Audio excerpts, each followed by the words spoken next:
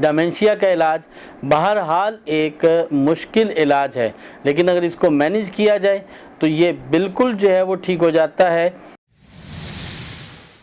بسم اللہ الرحمن الرحیم۔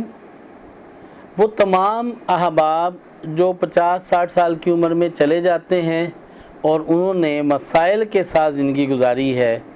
یا ان کے پاس اعصابی کمزوری تھی اور بڑھاپا اٹس سیلف خود ایک بیماری ہے، یعنی کہ بڑھاپے کو ہم بیماری ہی جو ہے وہ شمار کرتے ہیں، اور اسلامک اسکول آف تھاٹ کے تحت بھی پتہ چلتا ہے کہ بڑھاپا ایک بیماری ہے۔ اس ایج کے اندر، بڑھاپے کے اندر، جہاں بہت ساری کمزوریاں ڈیولپ ہو جاتی ہیں، وہاں ایک مرض جسے ڈائمنشیا کہا جاتا ہے یہ ڈیولپ ہونے لگتا ہے۔ ڈیمنشیا کا علاج بہرحال ایک مشکل علاج ہے، لیکن اگر اس کو مینیج کیا جائے تو یہ بالکل جو ہے وہ ٹھیک ہو جاتا ہے، اور اس میں انسان اس مرض سے باہر آ سکتا ہے۔ ڈیمنشیا کے مرض کے اندر یادداشت بہت زیادہ کمزور ہو جاتی ہے، پہچان ختم ہونے لگتی ہے یا پہچان کم ہو جاتی ہے، اور مختلف قسم کے وساوس یہ پیدا ہونے لگتے ہیں، اور ڈیمنشیا میں کبھی کبھی انسان کو مختلف قسم کی چیزیں دکھائی دینے لگتی ہیں، وہ مختلف توہمات کا شکار ہونے لگتا ہے۔ ایسے میں والدین کے ساتھ، بڑے بوڑھے لوگوں کے ساتھ بہت جو ہے شفقت والا معاملہ کرنا چاہیے۔ اس بات کو سمجھنا چاہیے کہ یہ اس عمر کے اس حصے کے اندر یہ اس مرض کا شکار ہیں۔ ہمارے آج کے نوجوان بچے، بچیاں، گھروں کے اندر خواتین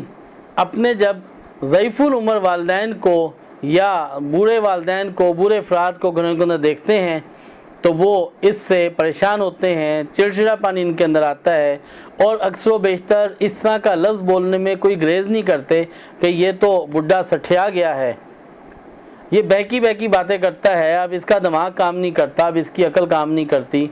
اور یوں اس طرح کی باتوں سے ہم اور زیادہ انہیں تکلیف پہنچاتے ہیں۔ یاد رکھیے یہ ایک مرض ہے،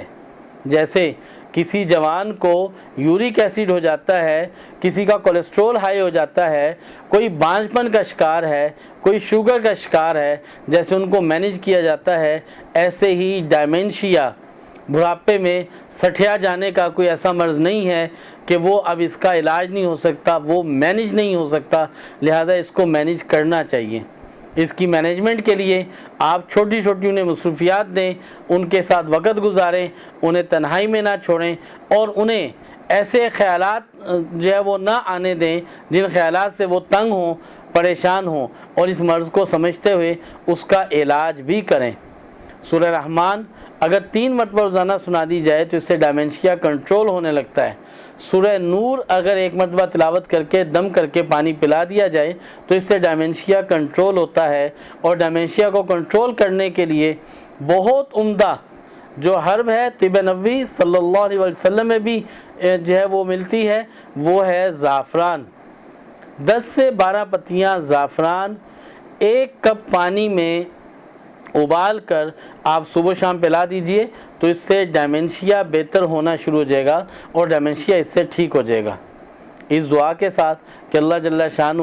ہمیں کسی کا محتاج نہ کرے، اور ہمیں کسی قسم کی تکالیف ایسی عمر کے اندر نہ دے جس سے محتاجگی آ جائے اور ہماری عزت نفس مجروح ہونے لگے۔ اللہ ہماری ان تمام چیزوں سے حفاظت فرمائے۔ آمین آمین آمین۔